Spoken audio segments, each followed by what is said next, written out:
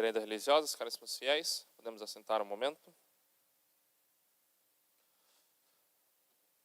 Na Santa Missa desse quinto domingo após a festa de Pentecostes, nos deparamos primeiramente com São Pedro nos exortando à santidade.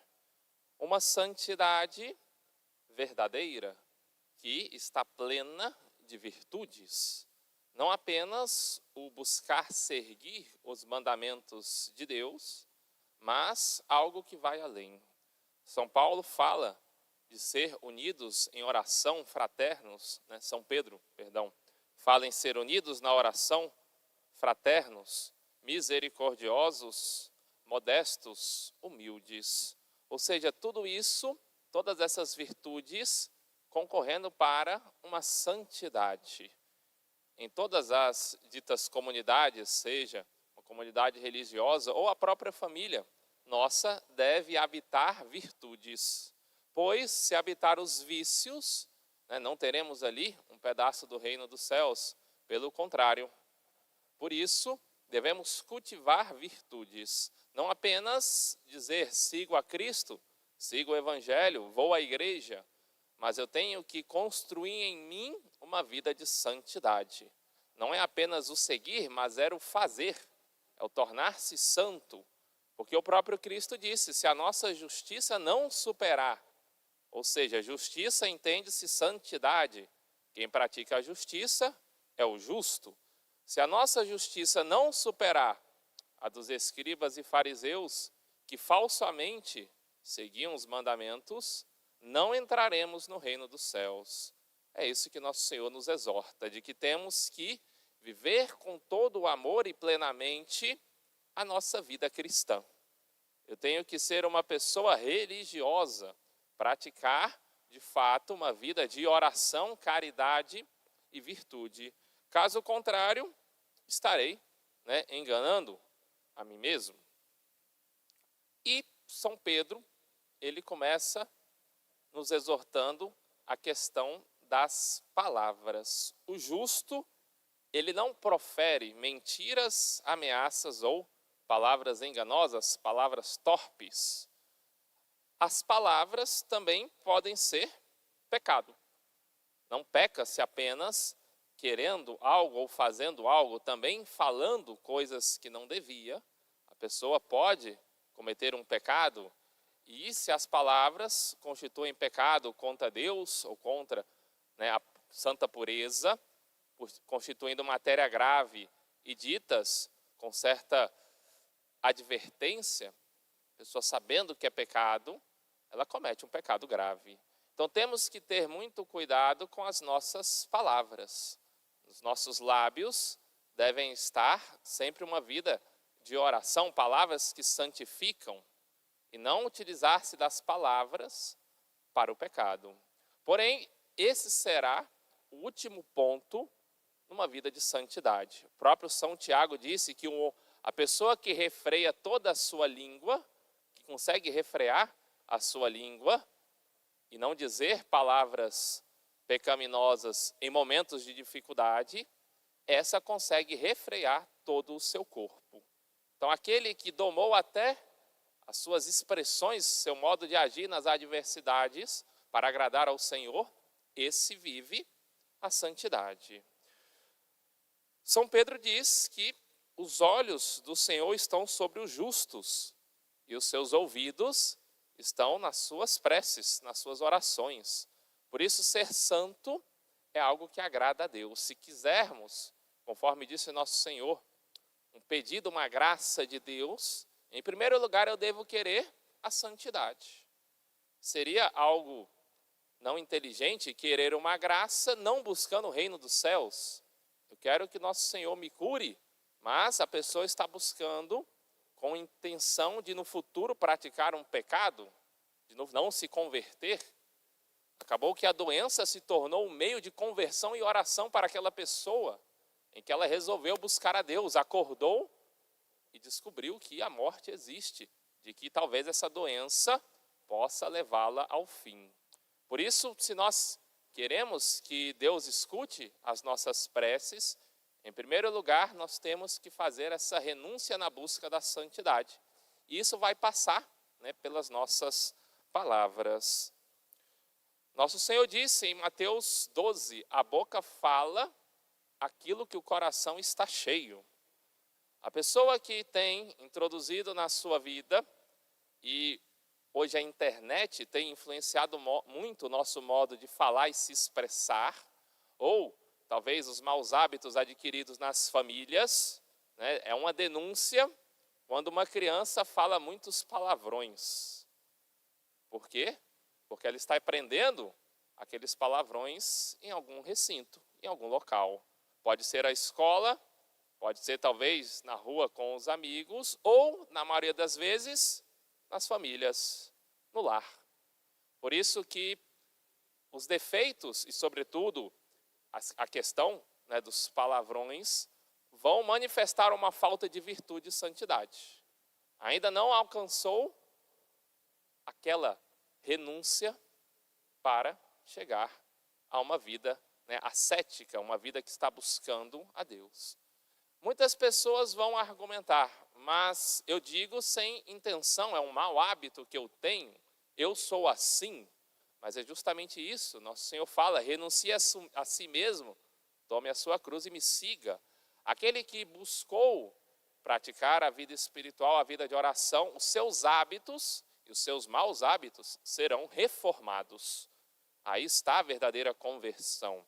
Então, sim, quando nós estamos buscando a nosso Senhor verdadeiramente numa vida de santidade, o nosso modo de falar e de tratar o próximo será mudado. Nosso Senhor quer a conversão do coração, mas que isso também implique uma mudança no nosso modo de vestir, no nosso modo de falar, no nosso modo de se portar perante a família e perante os amigos. Assim, devemos alcançar as duas virtudes que São Pedro nos falou, ser compassivos e misericordiosos. Muitas vezes, as pessoas vão cair no pecado da ira. E no pecado da ira, vão dizer palavras ruins e pecaminosas. Nosso Senhor mesmo alerta para que nós, né, vigiemos sobre aquilo que falamos. E muitos, né, conforme nosso Senhor disse, vão acusar de louco ou imbecil aquele que está seguindo a Cristo. Aquele que buscou verdadeiramente seguir a fé. Por isso nosso Senhor adverte, se seu irmão está praticando a religião do modo intenso, não o critique, não o chame de tolo, de louco, ou talvez de imbecil. Por quê? Porque você será réu no momento do juízo. Pois buscou desmotivar aquele que buscava Cristo.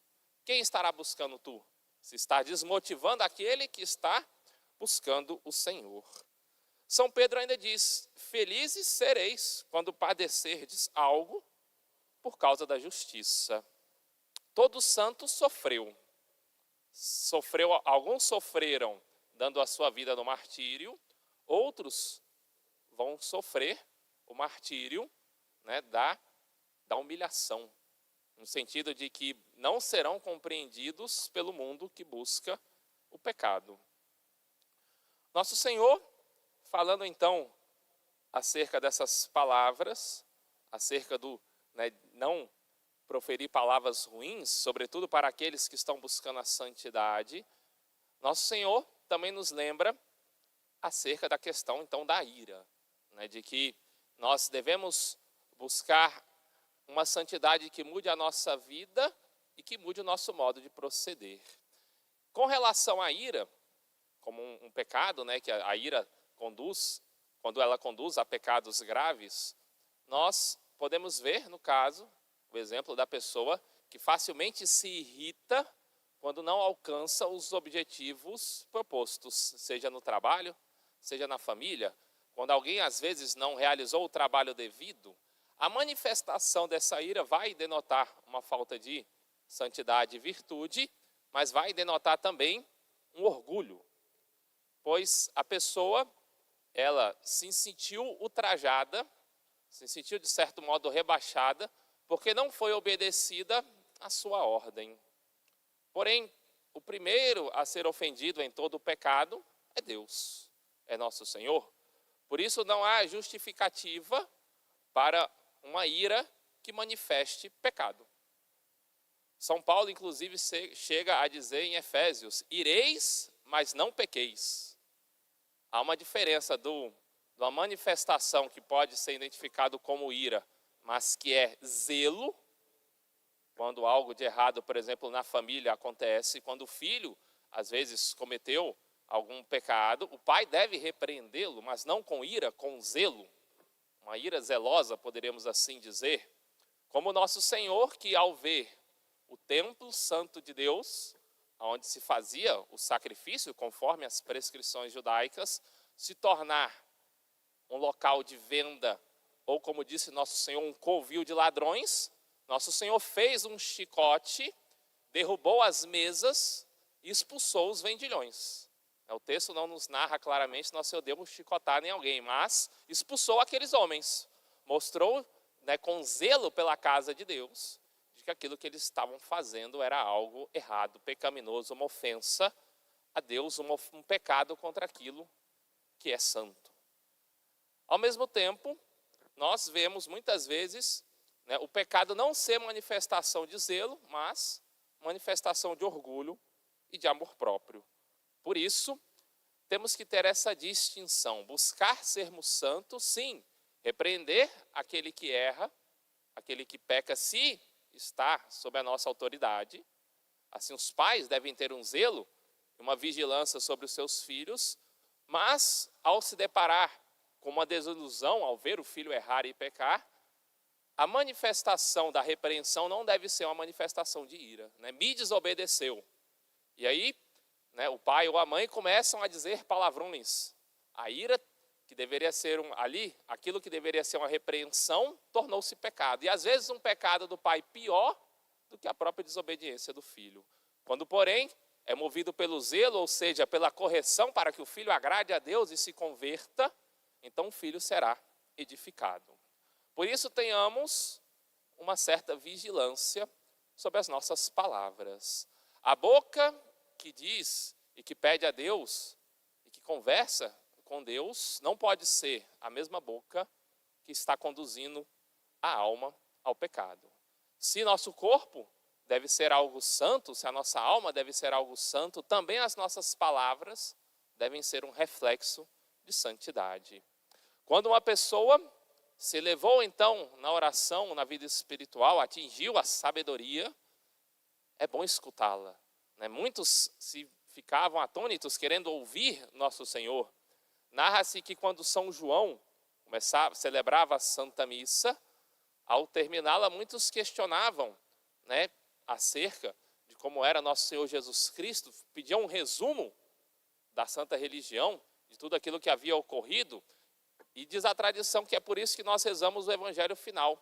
São João sempre dizia, aqueles que perguntavam ao fim das celebrações, São João resumia a vida de Cristo nessas palavras: no princípio era o verbo era Deus. Por isso, devemos vigiar e buscar santificar aquilo que falamos. E, sobretudo, observar o que tem me influenciado, ou influenciado meus filhos, ou influenciado a minha família acerca das palavras. Quem ouve, quem assiste, quem consome conteúdos repletos de palavrões, em breve também falará, mesmo que não esteja atento, palavrões. Por isso, purifiquemos aquilo que nós estamos consumindo, purifiquemos as nossas palavras e utilizemos da nossa língua para louvar, amar, adorar e agradar a Deus. Louvado seja nosso Senhor Jesus Cristo. Para sempre seja louvado.